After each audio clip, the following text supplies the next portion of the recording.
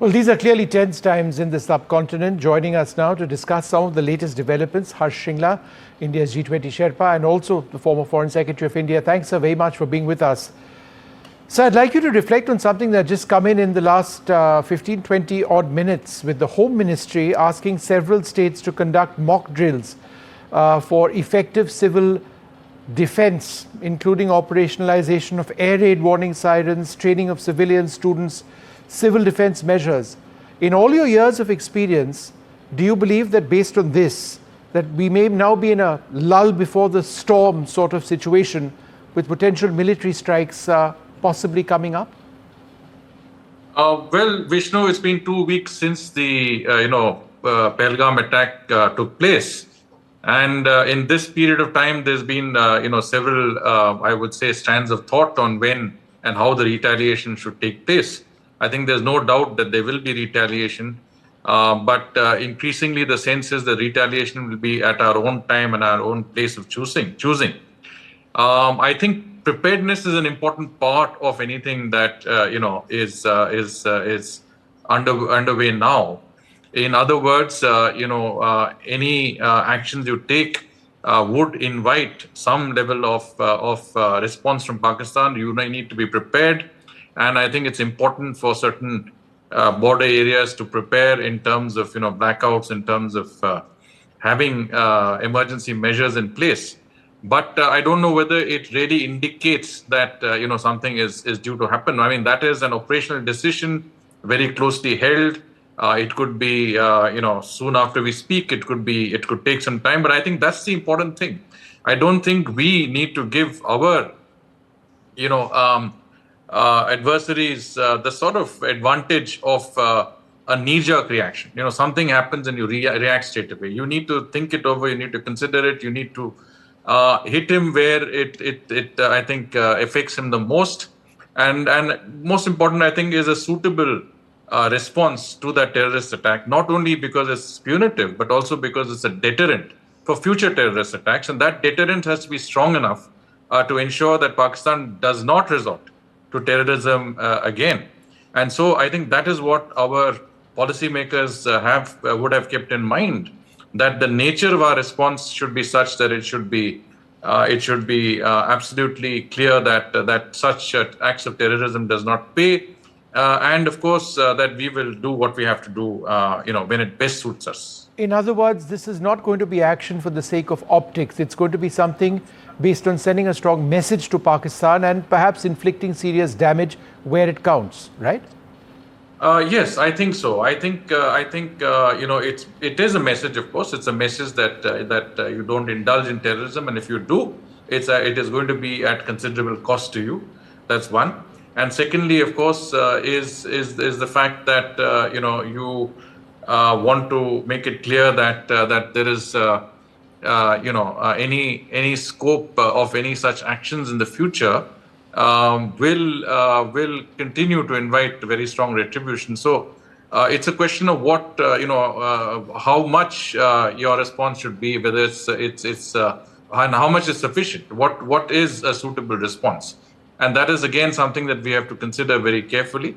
I think we should not think on conventional lines. There are many areas that could be a response that could be painful for Pakistan. We've already seen holding the Indus water treaties in abeyance does have a certain amount of impact. Some of our other steps, including stopping all forms of exchanges, communications, I think would have a salutary impact, including having their defense attaches and others return back home would stop an important source of information. Sending Pak nationals back home, I think, is an important step.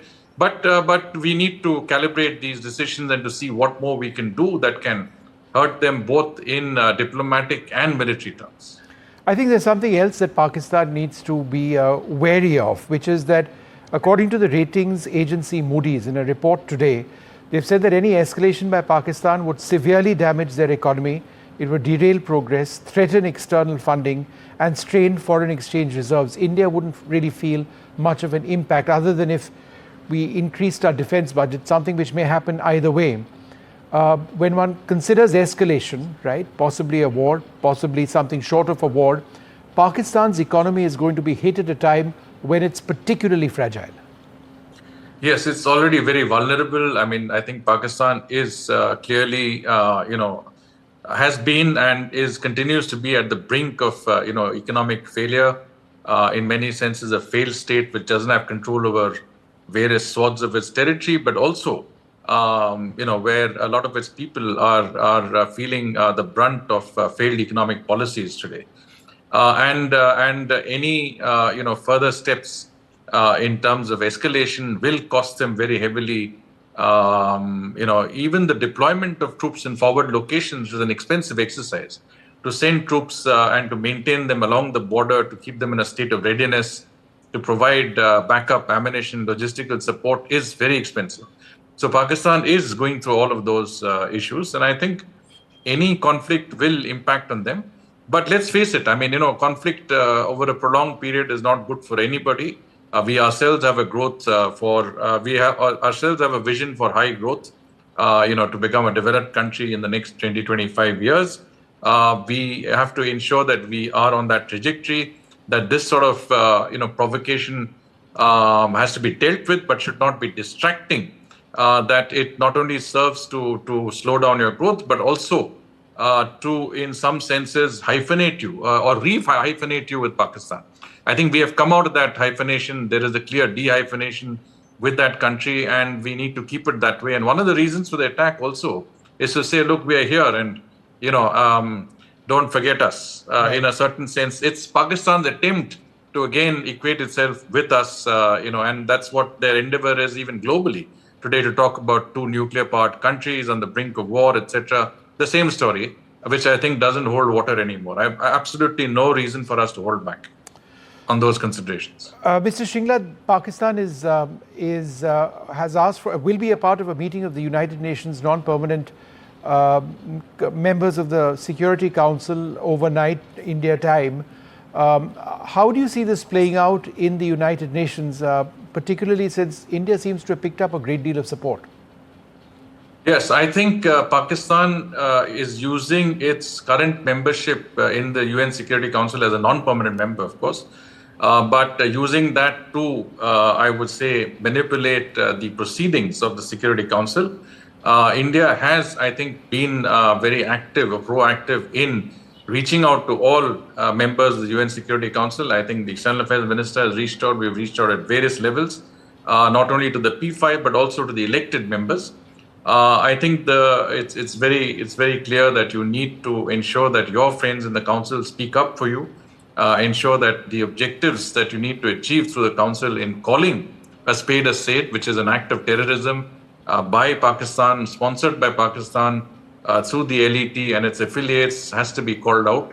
And I think it's very important to ensure that the council's outcomes reflect the reality.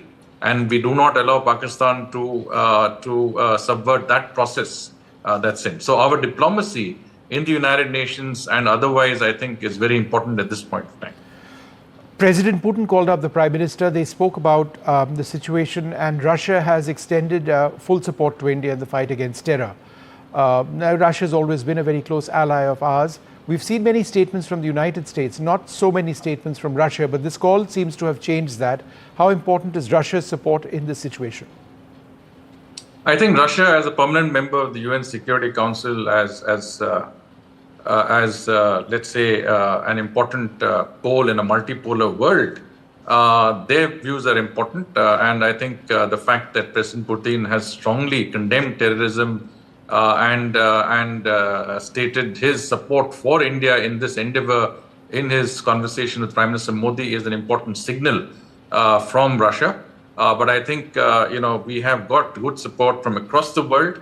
There are countries, starting from the United States. President Trump was quick off the block, but then you've had many senior people from the US making statements in support of India's stand with regard to the recent Pahalgam attack.